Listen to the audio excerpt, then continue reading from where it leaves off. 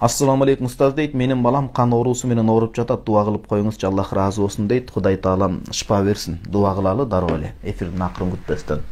Аллахумма раббан нас азхибил бас ишфи анта шафи ла шифаа илля шифаук шифаан ла югадиру сакама. Кудайым, балаңыздын жана ошондой эле бизде Кыргызстаныбызда ооруп аткан, дүйнө жүзүндө ооруп аткан мусулман бир туугандарыбызга Кудай таалам толук шифа берсин.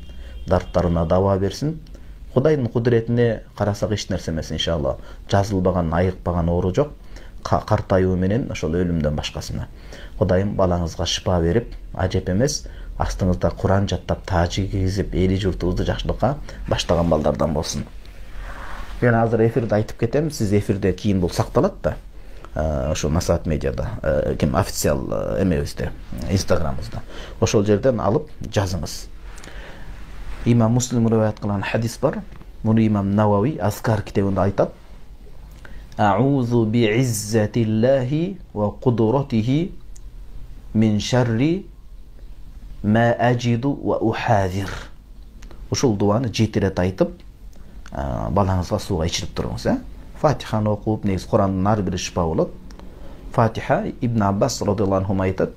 Тафсирун Насафидин башында келет. Идаштакайт Әуи'талалт фа'алейка бил асас. Ооруп же бир жериңиз сыздап кыйналып турсаңыз, Курандын негизи, диндин негизи болгон Фатиханы окуп дем салыңыз дейт. 7 жыл окуса жакшы болот. Фатиха, аятул курси, фалак нас. Курандын ар бир аяты шифа, ынанычы, якын керек окуңуз. Анан жанагы Аузу би'иззатилла ва кудратихи мин шарри ма ажиду ва ухазир. Ошону. Дуалар көп. Эми азыр эфир эметилип калбасын. Дагы башка хадистер бар, ошону амал кылсаңыз жакшы болот.